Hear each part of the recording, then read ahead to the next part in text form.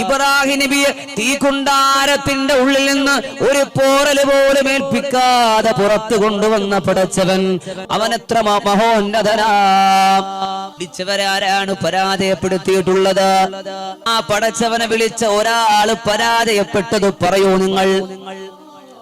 അള്ളാനെ പിടിച്ചവർക്ക് പരാജയമില്ല, അള്ളാഹുവിനെ നെഞ്ചിലേറ്റിയവർക്ക് പരാജയമില്ല, അവനിലേക്ക് സർവ്വതും സമർപ്പിച്ചവർക്ക് പരാജയമില്ല. ഇബ്രാഹിം നബിയുടെ ചരിത്രം നമുക്കുള്ള ഓർമ്മപ്പെടുത്തലാണ്. ആളിപ്പടരുന്ന തീകുണ്ടാരത്തിന്റെ അകത്തളത്തിലേക്ക് ഒരു മനുഷ്യനെ വലിച്ചെറിയുകയാണ്.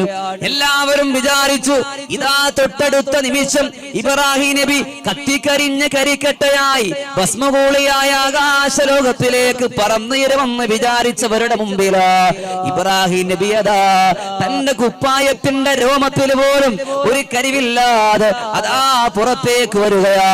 എല്ലാവരും വാവിളി ചന്തം വിട്ടം താളിച്ചു പോയി. എന്താ ഇവിടെ സംഭവിക്കുന്നത്? അവസാനത്തെ നിമിഷത്തിലും മാലാഖ ജിബ്രീൽ അലൈഹിസ്സലാത്തു വസ്സലാം വരികയാണ്.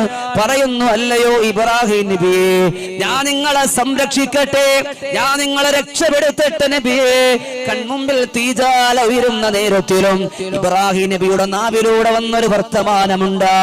എന്നെ വിട്ടേക്കൂ ജിബ്രീൽ, ഞാൻ മരിക്കലാണ് എന്റെ പടച്ചവൻ ഇഷ്ടമെങ്കിൽ എന്നെ തടയല്ലേ ജിബ്രീലേ.